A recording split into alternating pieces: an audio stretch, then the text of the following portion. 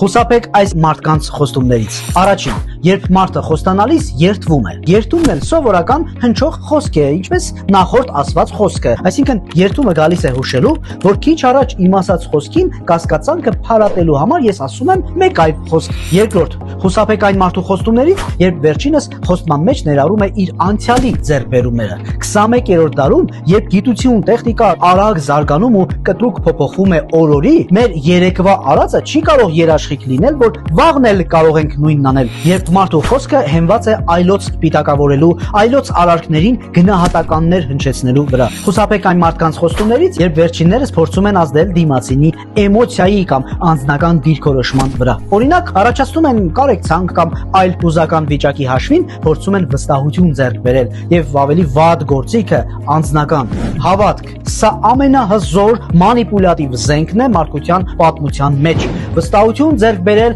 մարդկանց մեջ հավատքի զգացումն օգտագործելով։ Ես այսինչի բարեկամն եմ, ես չեմ կարող սխալվել։ Ես քրիստոնյա եմ կամ մուսուլման եմ, ես չեմ խաբում։ Ես 30 տարվա մասնագետ եմ, ես չեմ կարող սխալվել։ Ես քո մայրն եմ կամ հայրն եմ, ես չեմ կարող սխալվել։ Ինչպես ես խոսում քեզանից 15 տարի մեծի հետ։ Ես ճիշտ եմ ու ինձ չես կարող հակաճառել։ Իսկ թե ինչպես ճանաչել նման խմբի մարդկանց զրույցի առաջին 4-5 վայրկյանի ընթացքում, այդ մասին կխոսեմ իմ բլոգում, որի հղումը տեղադրում եմ գրառման մեջ։